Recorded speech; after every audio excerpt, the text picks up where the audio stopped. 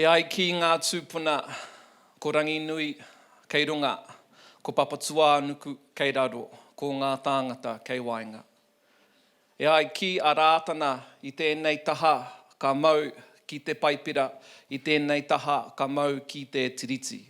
Engari, he mihi nari a hau, nā reira ka tīmata, ka ki atu, ka tīmata i rungi te ingoa o te matua, te tama me te wairua tapu. Āmene. Tuatahi nei, ka tika me mihi atu ki ngā atua me ki te toko toru tapu. Ki te matua, i runga rawa, nāna nei ngā mea katoa, ki te wairua tapu e whakapāhoana, i rungi te kare o ngā wai, i te tīmatanga o te ao, nai nei e kawi ana, i te maunga rungo, i te rangi Māori, ka putanga pūkenga o te wairua, e te wairua, tēnā koe, o tira kia ihu, nā ihu mātau i whakaora, nā te rīpika tapu mātau i whakaora a te nā koutou. Ka huri oku whakaaro ki ngā mate, haere atu rā ki te āhuru mua wai o te atua, ka huri ki a koutou, te honga ora. Engari tuatahi nei, ka tuku mihi ki ngā mana whenua, kei ā rātou te mana i te mea, kei ā rātou te whenua. Nā reira, ki ngaitai ki tāmiki, e te makau, e te whai aipo, tēnā koe o tira tēnā koutou katoa. Nō reira, tēnā koutou, tēnā rā tātou katoa. Kia ora everyone, my name is Te Karere. Real stoked to be here. This place, man, hoki ngā maumahara brings back a lot of memories. I had lots of incredible encounters with God upstairs when I used to come to the youth group, and lots of awkward encounters with Steve Burgess as he said things, and I thought, wow, are Christians allowed to say that stuff? Cool. Cool as. The funny thing about Steve Burgess is back in the day, there's a few of us that were, brought up in state housing, not the flashes context, and would come into places. And Steve always felt in between different worlds. He wasn't brought up in the flashes situation, but he hung out with all these kind of rich East Aucklanders. And so he would always come up to us and be like, I went to Edgewater, I went to Edgewater, And that was like a sign of, I'm cool, man, I'm cool. That kind of white trash moniker, a little bit early for Trump, but man, the man. No, a lot of love, very clever, very honest, very deep person, Steve, and Dawn, nice to see you again. I'll introduce myself, but I am standing up here with a friend of mine, Te Ata, and so I'll do my mihi, talk a little bit about myself. I'll throw it over to her, and we're sharing this kōrero today. I want to start with the first slide, please, my bro. With a whakatauki, kia whakatōmuri te haere whakamua. I walk backwards into the future with my eyes fixed on the past. This is like a cliche Maori proverb because it so encapsulates the way that we understand time, that we don't walk into the future disconnected from our past, that our past walks with us. It's almost as if we're holding on to the past and the future at the same time. Sometimes when a baby is born, a kaumātua will say to that baby, tēnā koe e te tūpuna, hello to my ancestor, because the baby is not seen as just the future, it's this bridge between the past and the future. Now there's a Christian idea, the fancy term for it I learned this year was Inaugurated Eschatology. And what that means is this: when Jesus says, your will be done on earth as it is in heaven, he's proclaiming because of his cross that the future is breaking into the now. But he's also proclaiming that the past is walking with us too. For many people who were immigrants who've come away from contexts that they felt at home in, or they were the majority, and especially for Pākehā, it's like they're floating on this ocean of identity, not knowing where their moorings or their bearings are. So we come into contexts like this and we find a home in the body of Christ. But if we look at the concept of inaugurated eschatology, the idea that God, with our past, is breaking from the future into the now, what that says is we're not supposed to let go of all of the things that make us us. God is not like a game manufacturer that after you die, you start the level again. The God that we know and we serve wants to redeem what exists. Sorry, I was supposed to actually tell a story about my kids. Let's go to the next slide.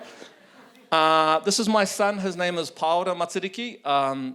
He's one of 3 children that my wife Chloe and I have. He is 12 years old. This photo was taken at Parihaka on a real cool trip that we went there. Being told off by a kuia there called Whaia Mata about how well I was not able to make a poi. That's what that memory actually means to me. He's 12, we've got a daughter Hinewai, she's 7, and we've got another daughter Mahina, who is 4. I'll tell a story about Paora and then I'll move on. Paora ruled the roost until he was 5 years old, and he was the man around town. The whole house was dedicated to his every want, need, and whim. He was the firstborn child. And then our daughter arrives, his sister, and all of a sudden things are upside down. He's not getting as much attention. The older she gets, there's Lego pieces in his undie drawer. I mean, it was a bit of a mess for him. And I remember this one time I walked in to comfort him. We read a story and I walked in to comfort him like I would normally do. And give him a kiss and I say, I'll be back in 5 minutes, which is the parent trick for, you better get to sleep in 5 minutes. I don't want to come back. But I heard him in 5 minutes, bawling his eyes, just really losing it, crying. And I was like, I better go in. So I walk in and he's inconsolable. Like he can't, that ugly cry. There's a pretty cry that you see in movies. And then there's the real cry. It was ugly as. It's like a wolf cry, It was just, I settle him down and I'm like, hey bro, like what's going on? And he says, Dad, when you were gone, I'd said something really, really bad. And I was like, what? He goes, it's worse than the F word. I was like, you got to stop hanging out with Tayshaun, man. No. I was like, what was it? And he says, Dad, when you were gone, I said to myself, I hate my sister. And I was like, oh. Gave him a big hug. I did that parenting thing, looked him in the eyes. And I was like, baby, sometimes we say things that we don't mean. And he looks at me and he says, but Dad, I do actually hate my sister.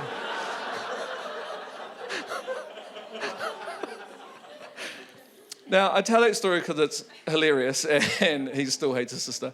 But mostly because that is my aspiration for this talk. Not that you would hate your sister in Christ, but that you would realize after hearing this stuff, if it's you for the first time, you can never, ever go back to the world that was.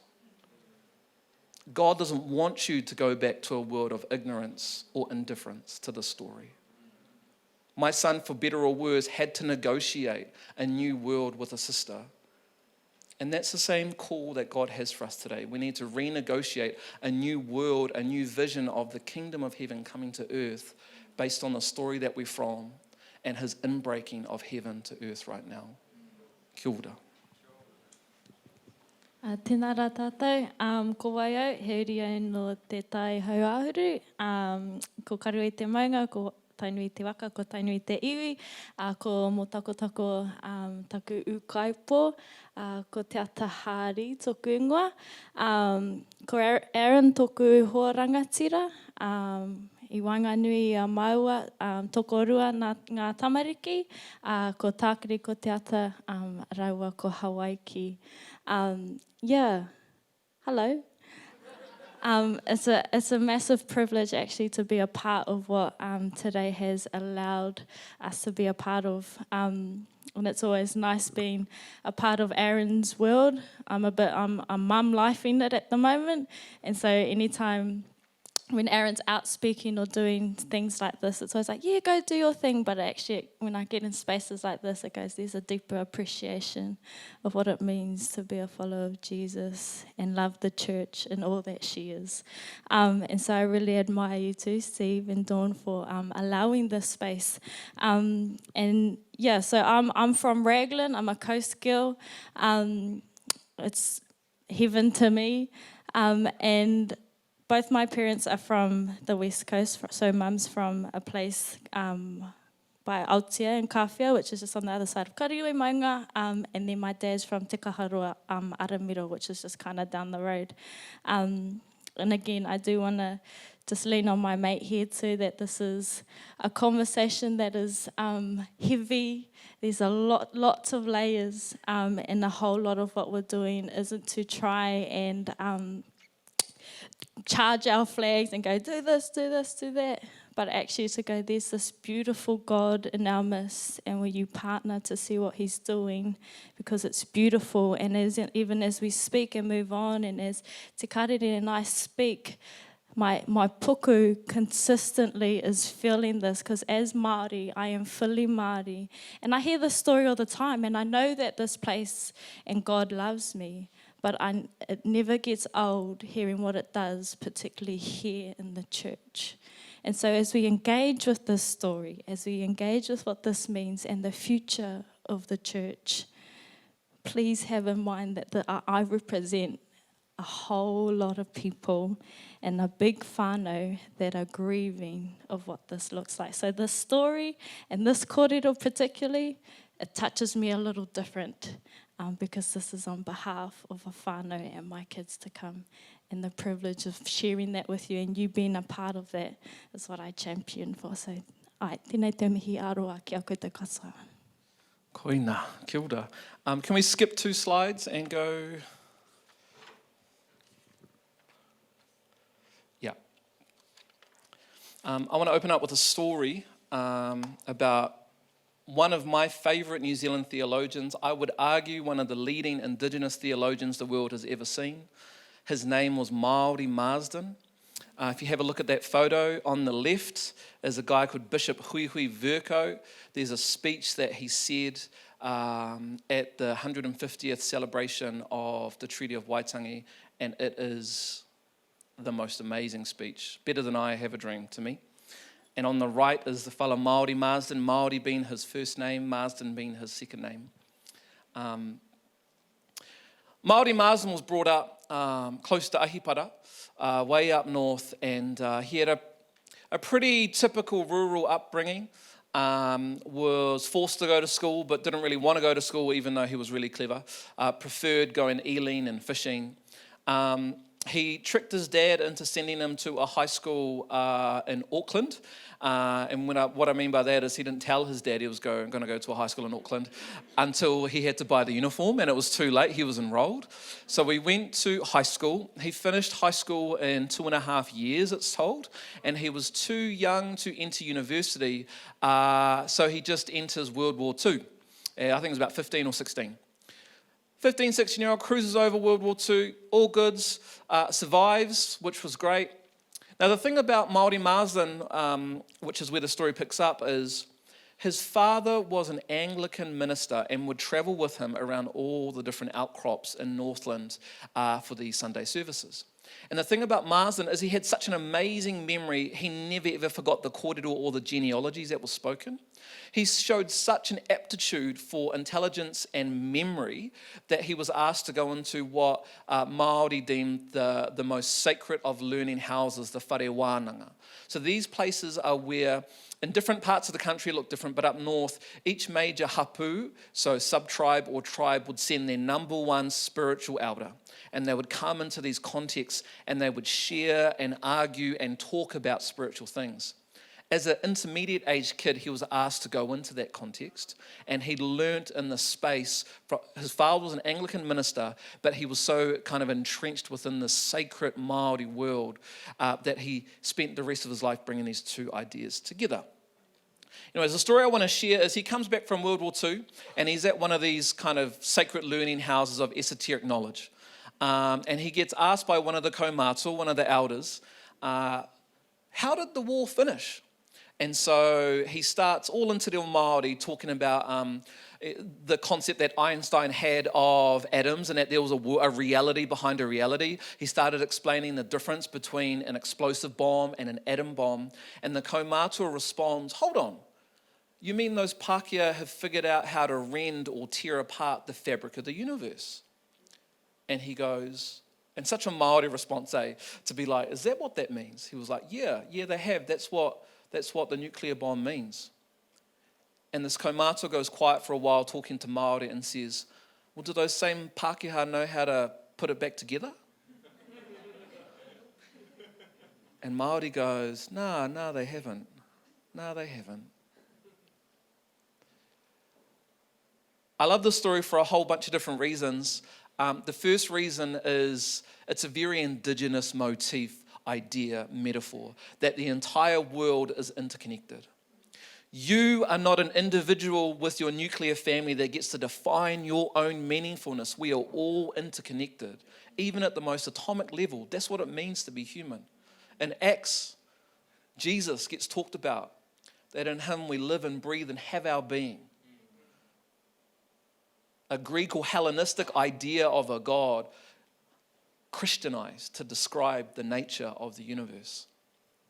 The other thing I like about this idea is it talks about the fact that you can't just undo the past. You can't just put those atoms back together. You can't just unbomb Hiroshima.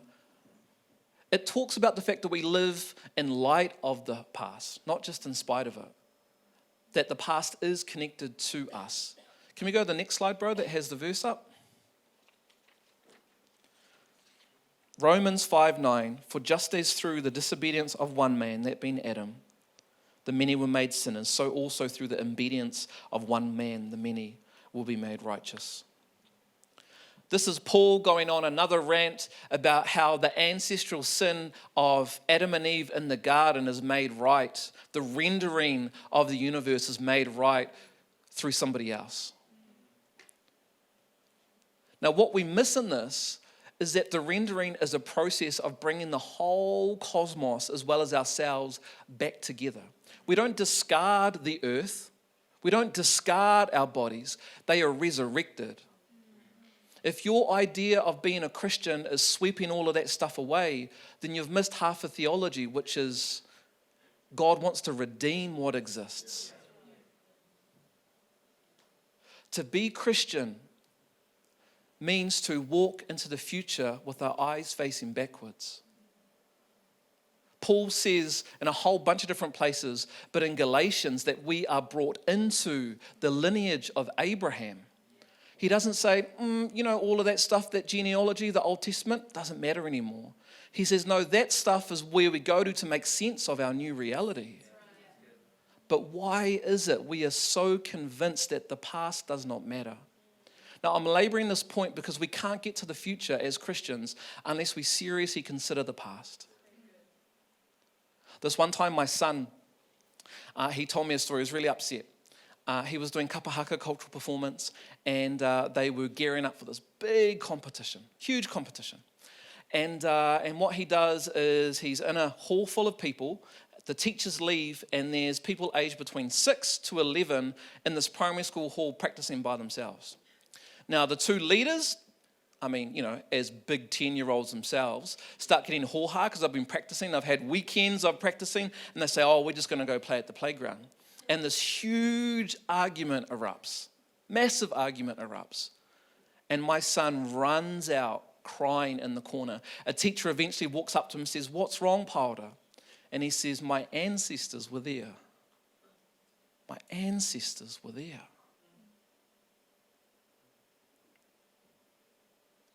Our past hasn't walked away.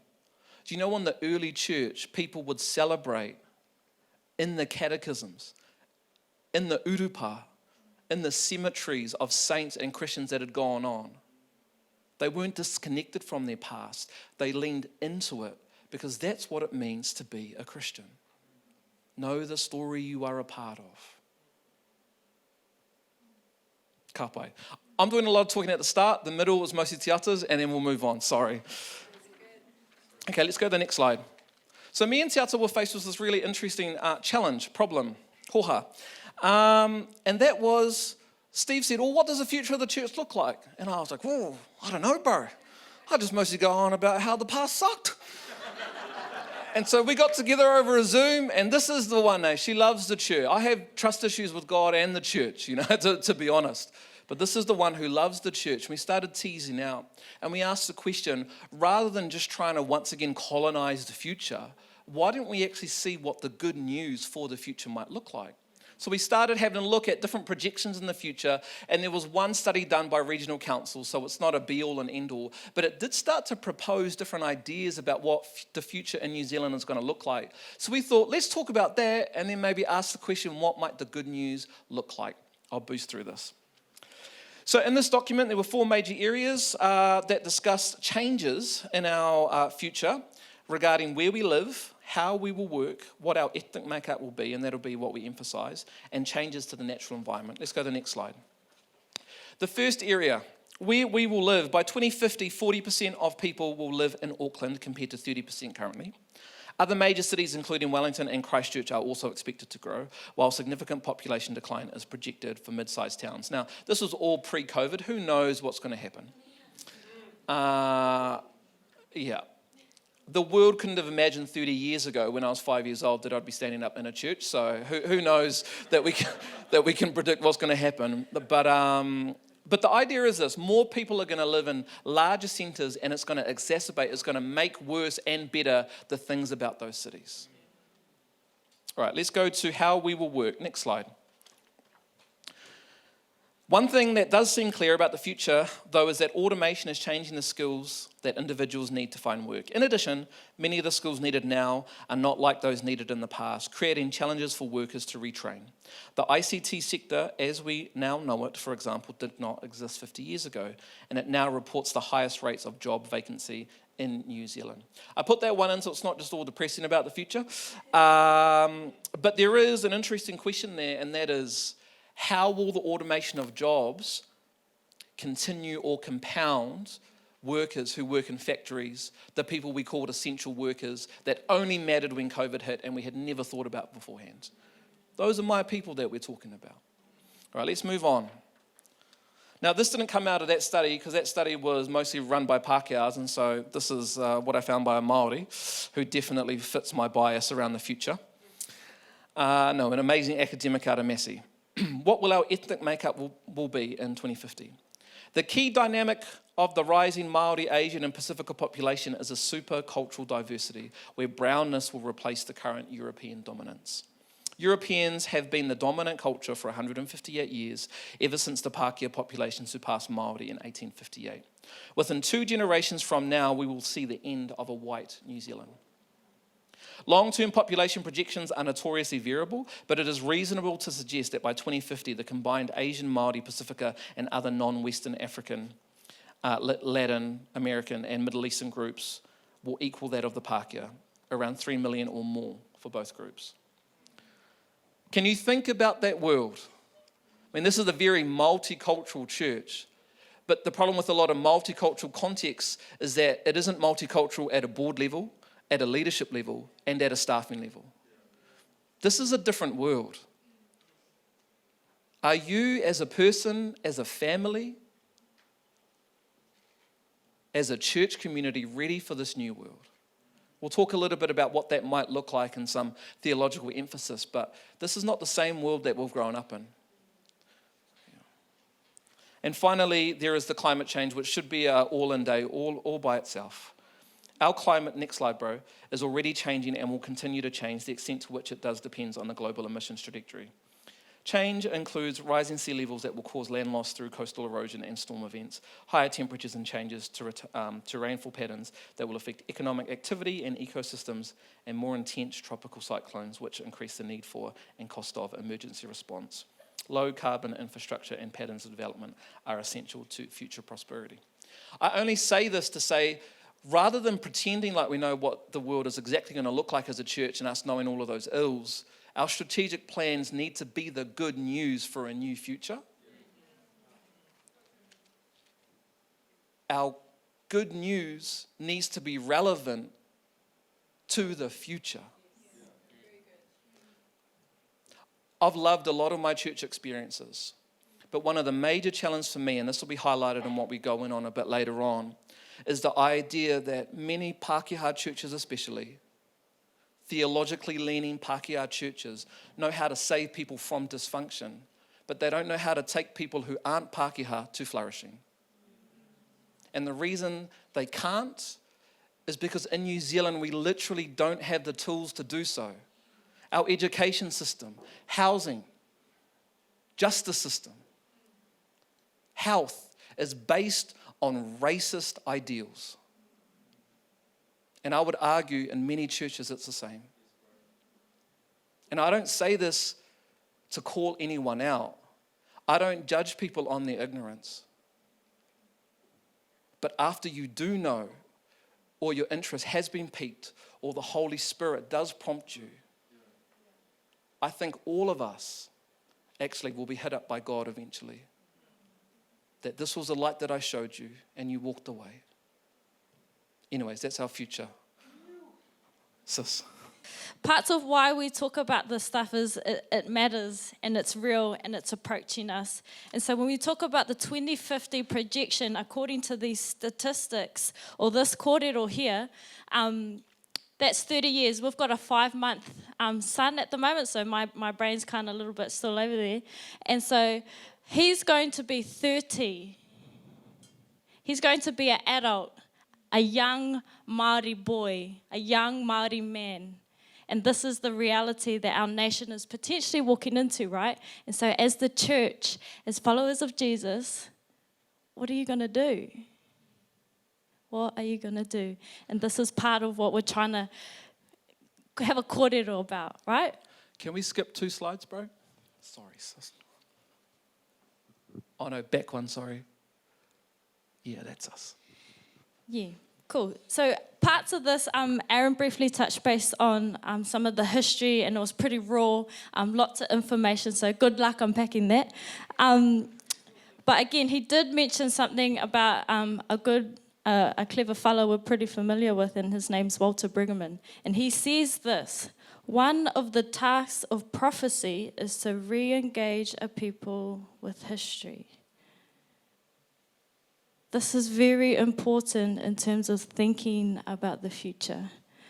And I believe the church, being a prophetically orientated community, needs to learn how to lead people into knowing our history and not just reacting to it. If we, the church, keep waiting for population growth and change, we will continue to miss being the good news now.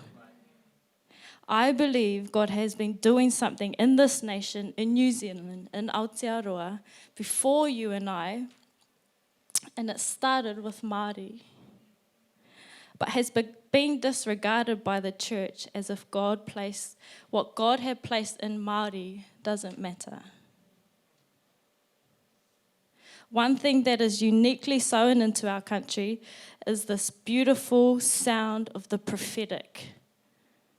What that means for us as believers is it invites us to being a part of God's ongoing promise to this nation and her people.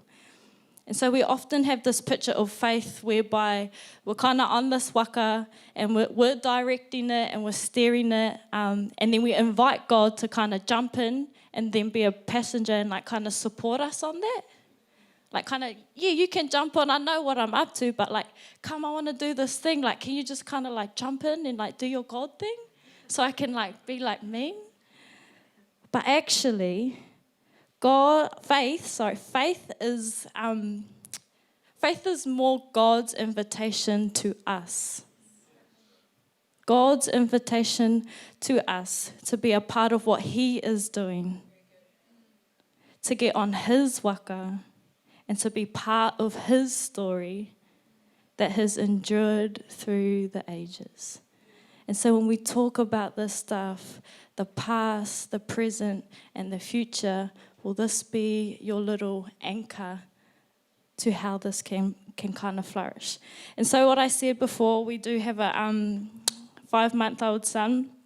His name is Hawaiki Te Matahautu, and a dear friend of ours actually gifted us his name, Hawaiki. And so in Te Ao Māori, Hawaiki holds a very special place in how we kind of view and do stuff in reference to.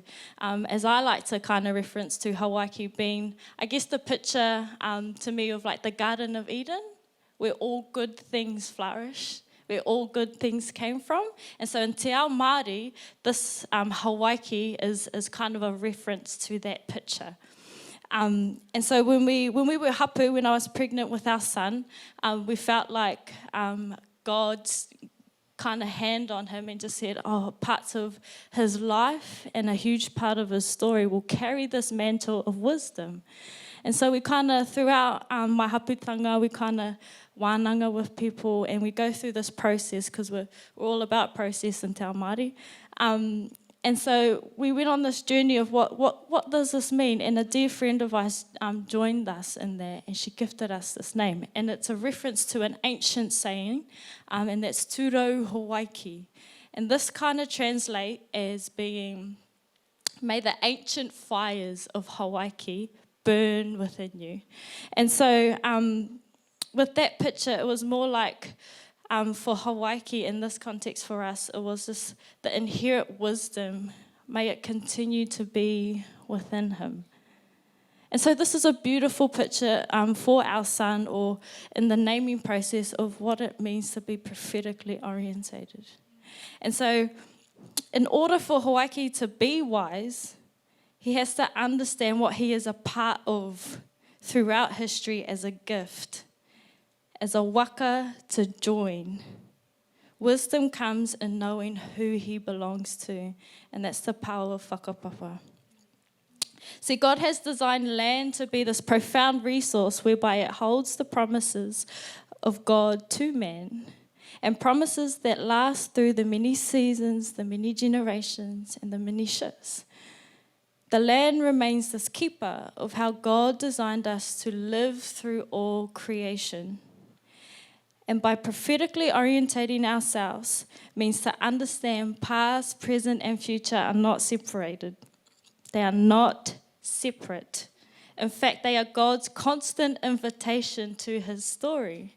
And so when we get to believe in Hawaii, our son in Hawaii today, not just for God's faithfulness in the days to come, but because of God's faithfulness in the days gone by. God is the God of the present, the past, and the future. If we try and disconnect us from history, we disconnect ourselves from the bigger picture of what God is trying to do and is continuing to do.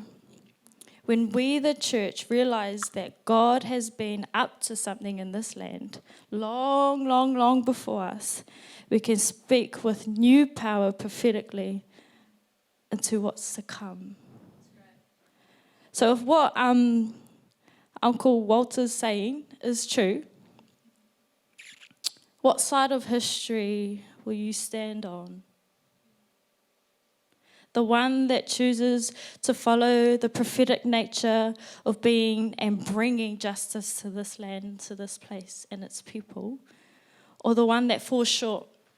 The one that chooses to recreate colonization, to recreate the same mamai, to recreate the swirling wind that ultimately just makes us stand still?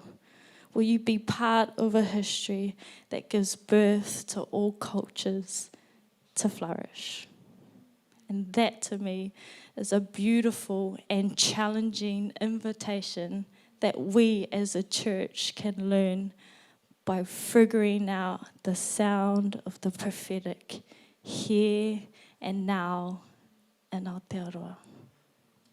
Kia ora. True. We're just kind of working this out as it happens because we didn't get together outside of a quick Zoom, but there's a chemistry here. It's like good cop, bad cop. I can feel it kind of developing. And you stay doing that, and I'll stay, no. So what we did is we were like, all right, here we go. You've heard enough about the past. I know, we're Maori. We talk about it all the time. Go to the next slide, bro. We started actually asking ourselves, okay, so what does a vision of the church in 2050 look like, with a specific emphasis on this bicultural, multicultural conversation? So this is not the Nicene Creed. I'm not trying to squeeze every single little bit of our doctrine into this. Okay, this is just a few things that we came up over Facebook Messenger. However, I think this can be a good steer for what we might want in the future. So we're going to quickly go through this now, and then we're going to break down each of these statements and hopefully bring them alive for you. A vision for our future. We want a church that is grounded in the soil and story of Aotearoa. One, where we shall honour Te Tiriti o Waitangi, a covenant made by our ancestors and the foundation of our tūranga waiwai as Pākehā in Aotearoa. Obviously, this is written for non-Maori. And a quick caveat, Pākehā is often referenced looking backwards to a European Maori conversation. But a lot of Maori will just use it to mean anyone who isn't Maori. Another term you might hear is tauiwi. And so, Asians for tino rangatiratanga, that crew, they use both Pākehā and tauiwi to reference how they identify. We will be known for our stance and action on justice. Not just stance, not just words, not just being a social justice warrior, but our action. Our unique expression of faith will value and draw from an Indigenous understanding and experience of the world. In an increasingly diverse community setting, we will also create space for multiple perspectives to exist. Our church, staff, and theological perspectives will reflect our communities. And finally, we will be peacemakers. Reconciliation for us is with the triune God, to each other and to the whenua. This will be our church in 2050. The triune God is just a way that people made up to talk about the Holy Spirit, Jesus, and God the Father. Ka pai. All right, let's get on to the first one, the next slide, and that's over to you, sis. Cool. So we want a church that is grounded in the soil and the story of Aotearoa. The Maori story should matter to you.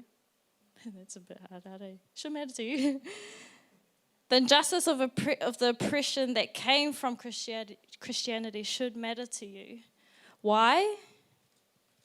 Because when we, the church, can acknowledge, again, our part in the interruption of God's intention for Māori, we get to be a part of God's continued purpose for here, for Aotearoa. I have never struggled with knowing I am Māori. However, I do have moments where I didn't always like it. And I used to really hate my name, actually. So back in the day, so my name is Te Ata, just that, 5 words, 3 syllables, 5 letters. I didn't actually finish school, so there you go. And so, like, parts of growing up, I went to a school just at the back of our house back in Hamilton, and there was like five Māoris there at the time. And so growing up, we were a real pretty tight unit, and so the classic, like my cousins are like my best mates, and my siblings are just like gorillas, all this sort of stuff, real protected girl, which I'm real thankful for. But so growing up through school particularly, I hated my name, and parts of it was because it always got pronounced wrong, and the other parts it got spelt wrong. And honestly, I've got grace for anyone that is willing to try. Like there's always grace for that. But for the most part, no one actually cared.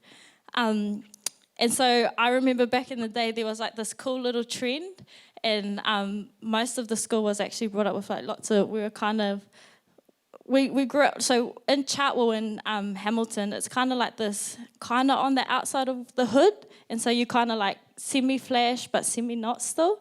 And so the school that I went to was kind of like that balance, and so we had lots of Wathi people there, and predominantly Pākehā. And so in school, I had lots of Pākehā friends, lots that had just had Pākehā names really. And so there was this real trend going on, and there used to be like these key rings they used to make, and it used to have your name on it with like lots of flowers and stuff like that. And kids would like put it on their backpack, and they'll be like, yeah, cool, I've got a cool ass backpack. And everyone was doing it. And we lived across the road from the mall, so I saw the shop almost every day to kind of like that had them. I was like, man, I'll save up and I'll get me one. And so kind of like the term went by. I was probably like 7, 8.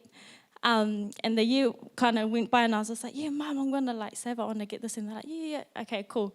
I was like, yeah, I reckon I got enough money. So I walk into the shop, and I see the stand at these kind of name tags. And this was like pumping. Like, I don't know if you guys know, or if your kids like were into like those Tamagotchis, Yeah, those thingies. Well, it was like this far. So it was like, you're cool if you get one of these.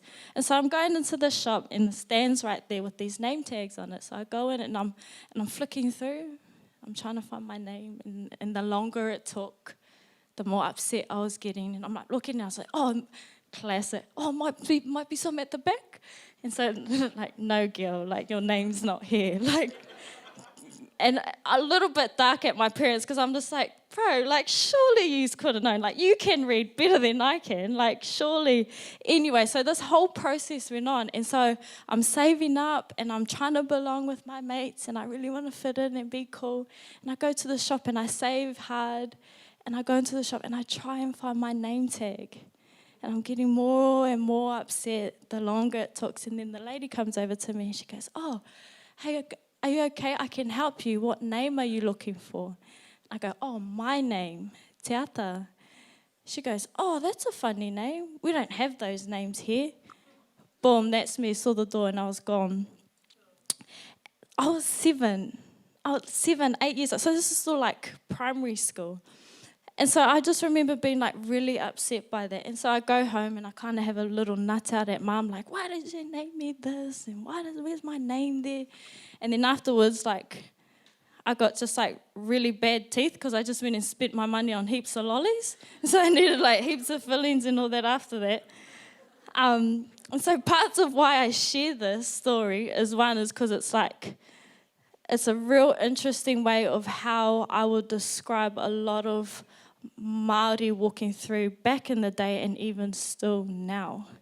And so there was parts of me kind of, as the 7-year-old girl trying to walk through and find my name tag, to try and find my name. This young little Maori girl as a representation of the first story, of the Maori story here in Aotearoa, and I couldn't find my name. I felt like a foreigner in my own home. I felt like no acknowledgement of belonging was anywhere. And this is part of the oppression. This is part of the real rawness of what it's like to be Māori here. And so a huge part of when we talk about the 2050 projection and all that sort of stuff is that the Indigenous voice is regularly met with discomfort, or rejection, and sometimes people are so reactive rather than being proactive and seeking understanding. And so for such a long time, the Indigenous voice hasn't been given a seat at the table, and Pākehā have been offered the position to shape how and what we do about our cultural makeup. And so this has meant for many of my cousins, many of my siblings, many of my people, all over the place, can't quite learn or know how to explore what it means to be fully Māori here. And that doesn't sound right to me. And so 2050, will my daughter, Tākiri, will she walk into the church and find her name tag? Will Māori be able to walk into church and find their story being honoured? Will it be found front and centre as the foundational piece of what God is wanting to do through his redemptive spirit of reconciliation? The projection of 2050, it gives me hope. It gives me good hope. Hope in believing that my children will get to walk as they fully are, fully Māori. And the church has this opportunity to really show society humility and how to lead people into that. We know God stands with the oppressed, therefore he stands with Māori. And if he's standing with Māori, there is something for every tongue and every tribe to be found in the Māori story.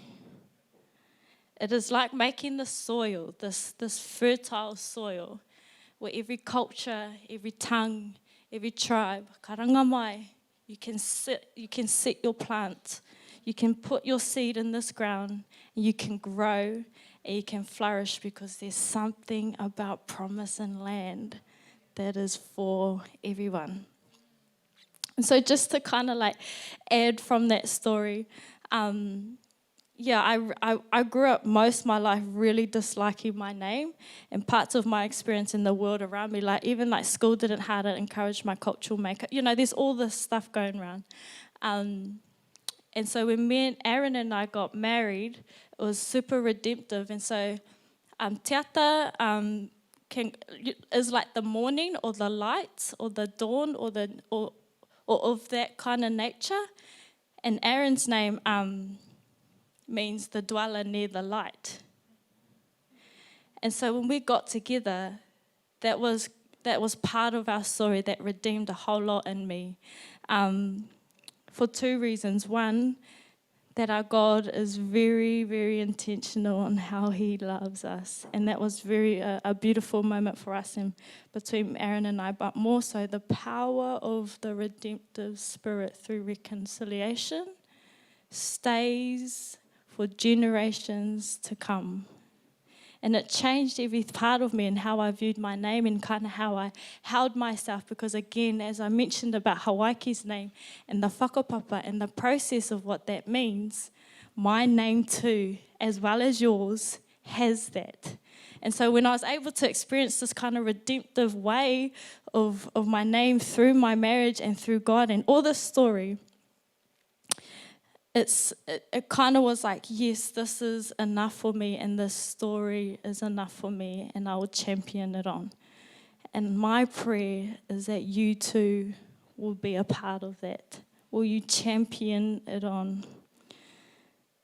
To engage with the Maori story, the first story of Aotearoa, means we are walking towards allowing the fullness of the good news to thrive here in our nation, and ultimately teaching the world how to sew things back together. Kia ora. Wow. A few questions come to mind, especially for a lot of immigrant brothers and sisters. How forward are you with your actual name? I know someone who named himself after a Power Ranger because they wanted to make it easier for everyone around them. It took me 2 days to get out of Hilton, who makes my supreme coffee every morning, that his name was actually Jiang. 2 days. First, there was disbelief that I would even care. Next, there was embarrassment. And then the third thing was the fear that I would learn his name and then forget it. How are we? The other question is, what does it look like to engage your identity based in this place, in this actual land? If you're not really on the buzz yet from what we've been saying, your own self-interest is this. On the other side of 2 or 3 generations of being indoctrinated in just Western thought isn't necessarily the most flourishing life. I love Western culture, but any single culture turned up to the max like on a soundboard is unhelpful. And Western individualism, consumerism, materialisms, all the isms that have separated the individual from family, land, meaning and belonging as a part of a collective, is not the future you want for your kids. It is not. There is something better, the sewing together, that our culture as a church would be defined by love, that it would bring all of the best of each of our cultures together. That's the vision. My girl said to me once again, putting her to bed, she looked at me, she was rubbing my head. She was about 4 or 5 at the time. Her name's Hineawai. It's at our old house. And she looked at me and said, "Dad, I want to cut my hair." And I said, "Darling, why would you want to do that?" And she said, "Because I want to be just like you."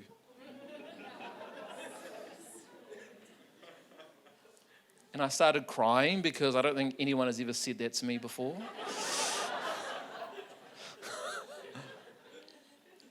And I also cried because I want her to be nothing like me. I want her to have a different future. The other thing is, out of self-interest for yourself, right? Connecting to the land in this place connects you to a much longer story, which is my nifty little link into the next slide. Let's go to the next one. We shall honour Te Tiriti o Waitangi, a covenant made by our ancestors and the foundation of our tūranga waiwai as Pākehā in Aotearoa. Tūranga waiwai is like a deeply entrenched idea of home and place. Te Tiriti o Waitangi is the Maori wording of the Treaty of Waitangi. I say Te Tiriti because I don't actually agree with the Pākehā translation, but me and the government can disagree about that. And the word covenant, kawinata, is one that I don't use sparingly. The majority of Maori who signed the Treaty of Waitangi 1840 and beyond, in the months to follow, they didn't sign the Pākehā version.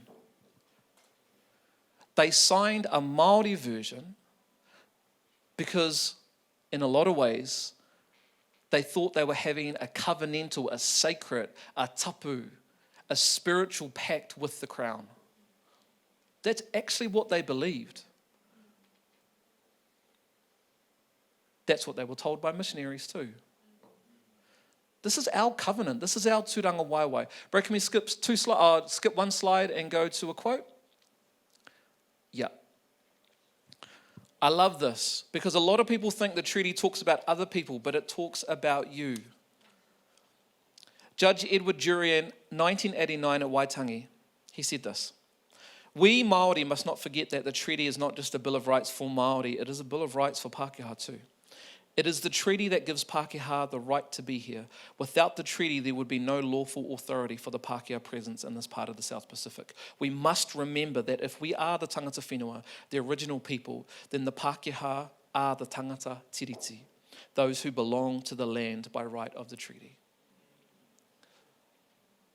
If you're non-Māori, you belong here. This is your home too. This is your whenua.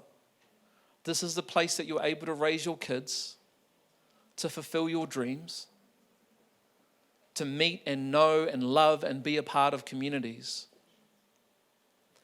But you're not here because the British Crown settled this place before other people.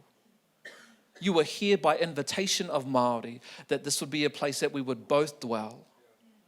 So let's not walk through the door of the treaty and then crap all over it. Let's not walk through the very thing that allowed us to be here and then not acknowledge it. This should be the foundation of our identity as non-Māori in this country, because this was a covenant, a pact made by indigenous peoples. You know, the missionaries at the time, they followed a guy called Venn who said, we're not doing indigenous churches very well. We screwed up Sierra Leone, India, don't know about that. What did Marsden do over in Australia with the Aborigines? Definitely not that. We have to be different.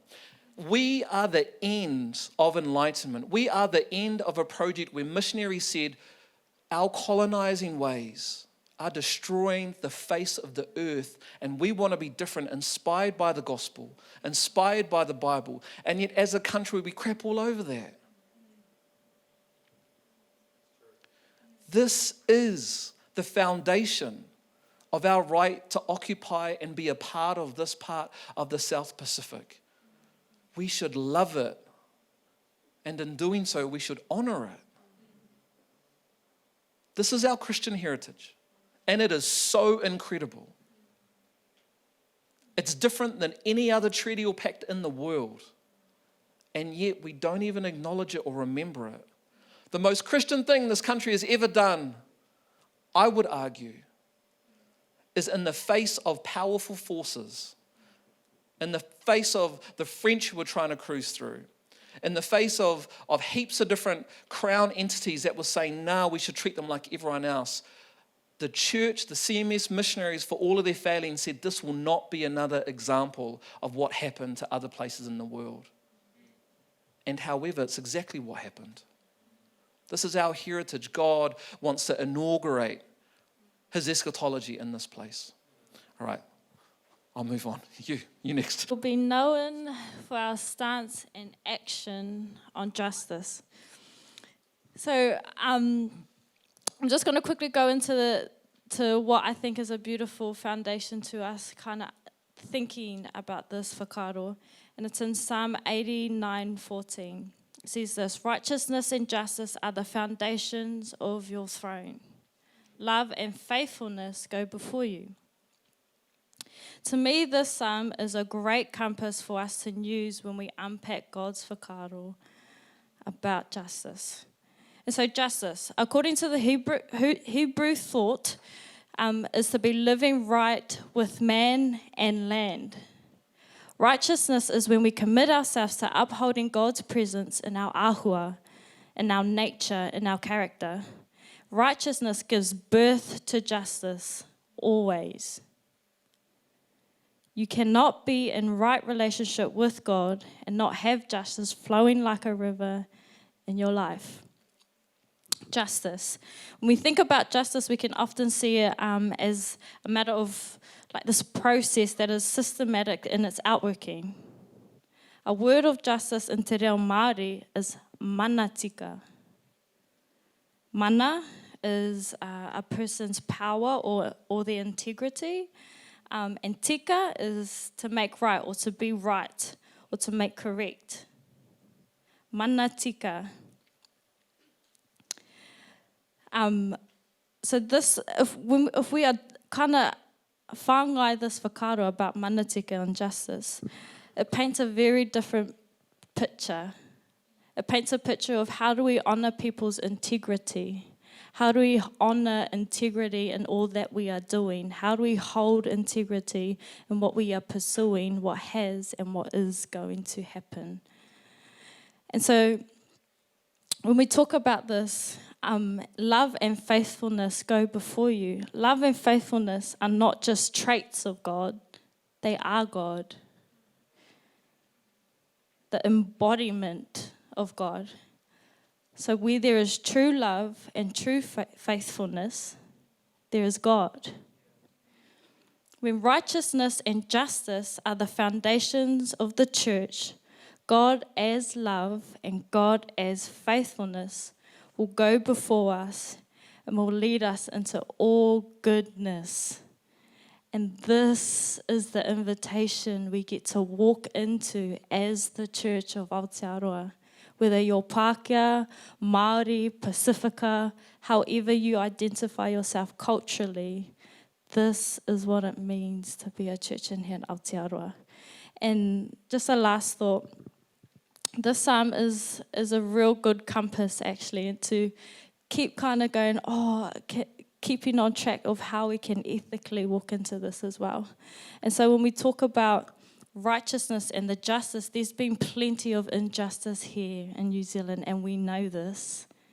And so my encouragement out of this space and out of this whakaaro is to go, where will you stand in our history, in our story?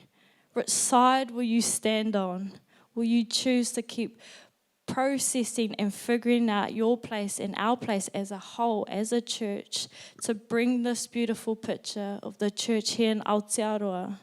Or will we continue to just sit and be and just do a classic Sunday service? My encouragement is that this changes lives. It changes lives. It gives hope. I've been a part of church for a wee while now, and I never get tired when people sing te reo Māori, when people speak in te reo Māori, when people engage and look at me kanohi ki te kanohi, because you are looking at a story that is part of this place. So my encouragement is that you'll keep walking in the discomfort and the uncomfortable, because it is a good thing. It is a real, real good thing. Koina. All right, let's go to the next slide. This is the long and wordy one that I couldn't really reduce. So our faith will express Indigenous ideas, and it will also start to really engage multiple perspectives. Do you know, in the world, there are booming, amazing, incredible, intelligent theologians that mostly aren't white. Asia, Africa, Latin America, Pacific voices are reframing and looking at what the gospel is and means to them. And it is incredible. Let's pull up the next photo. Is this Jesus? African Jesus. Let's go to the next one. Is this Jesus, a Chinese Jesus out of the late 19th century? I think it was 1870 something that was made. Next one. One of my favorite pictures. Is this Jesus? Go to the next slide. Or is this Jesus? A little bit about this carving. It was made in 1840 something, close to Maketu. And it was presented by a new Christian convert, a carver. They still are unsure around who the carver was. And it was presented to a Catholic church. And the Catholic Church was so embarrassed of it that they discarded it. Let me tell you what's in this story. That is actually Mary holding baby Jesus. Now, unlike many carvings, Mary, a female, has a full facial moko because in some ancestor stories and the way that our people operated, the most sacred of women could have the full facial moko. Not only that, it sits on her head. What's that all about? Sitting on a head represents that mankind comes from the woman. This was disregarded, and I'm really gutted it was disregarded because Maori never demonized womanhood like Victorian culture did. As a matter of fact, Maori had a whole lot to teach Christian Victorian culture then and now about what manhood looks like. Do you know that Maori men, known as fierce warriors, which they were, should probably have been called, via Moana Jackson's reading, not once were warriors, but once were gardeners and once were fathers? Do you know the majority of children for the first 2 years of their life would sit on the back of their father in a little kite, a little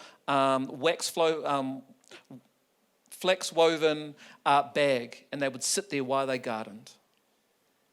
God has revealed himself in this culture and in your culture, but are we going to be like the church back then that says, oh, that's a bit freaky, that's a bit different, I don't get it, therefore it isn't good enough? Let's go to the next slide. I'll finish on this quote and then I'll hand it over to my sis to...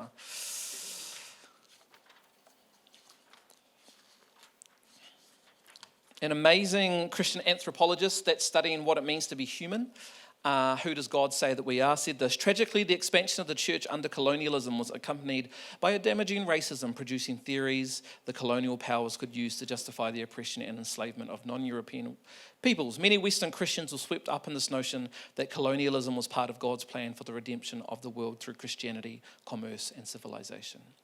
While most missionaries did not accept the notion of inferior races, too many of them brought into the supposed superiority of their own cultural background and developed ethnocentrism against the people they had come to serve. Local Christians were made to feel inferior in their churches at the same time that they were alienated from their cultures by their conversion. If you want to see what a church in 2050 looks like if it's thriving well, it is not just using Augustine and Bonhoeffer. It's not just drawing from Greek thought. It's using these different cultures to show you what else being human might look like.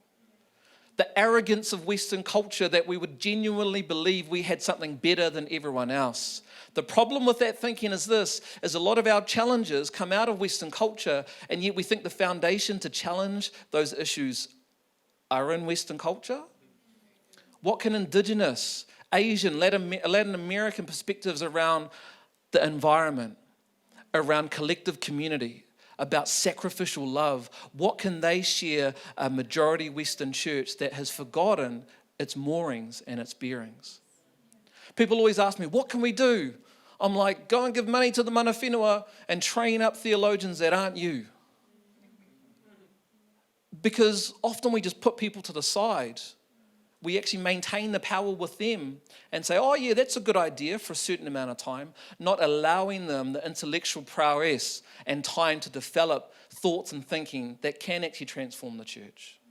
If you think the transformation of the church is going to be by someone who is just like you, logically it just doesn't make sense. And so we should look to Indigenous perspectives, Indigenous theological perspectives, to show us another version of being human. Now, don't get me wrong, I'm not telling us to push those cultures right to the top and dominate everyone else. There was plenty wrong with Maori culture, like there is with every single culture, that needs to be redeemed. But the future of the church can't be the existing context that we've got. That means unless you're drawing from different theological perspectives, feminist perspectives, a feminist reading of the Bible, Indigenous readings of the Bible, we're going to end up with the same result. In 2050, we're not going to be that helpful for a multicultural, a more inequitable context if we keep doing the same stuff that we're doing. The vision of the church is to be the good news. I'm still talking, I'll throw it over to our sister to finish off, which is strategic because she is the good cop, and I'll say thank you. Cool. And again, like Te Karere said, the seeds of culture is good. Every culture. The seed of every culture is good. We were made out of the image of God, therefore we are good. The very breath of God is in culture. And so if you hear discouragement around, oh, I'm not sure where I fit in my cultural makeup, please, wānanga that with someone that can help you know what that means, because this is not that story. The story is saying you are invited and you do belong. And as a church, we reframe what that looks like. Here's some pointers, because 2050 looks a whole lot different. It's going to be plenty of brown, and you have to get used to it. You do. And so I just want to land on that last thought. What part of history will we as a community, will we as a church be a part of? Will you put your feet deep down into this whenua? Will you learn the Maori story? Will you learn your own story in there? Will you allow the God, the true God, to lead you? And that's what we're about, and that's what we're championing on. Do you want to pray for us, or what do we? Yeah, you can pray for us, sis. Yeah, cool. God, I just thank you that you are a God that has endured all ages, that you have been a part of this beautiful story here in Aotearoa. I thank you for the many stories that are even here in this place today, the many makeup, the many cultures that sit amongst us even here today. And God, if there is any angst that has been built, will you come and sit? Will you come and whisper your kindness, your grace again? Will you lift up those voices that are meant to be loud in this next season? Will you champion the church, champion her on in this coming season? God, you are good and we are for you. In Jesus' name I pray. Amen.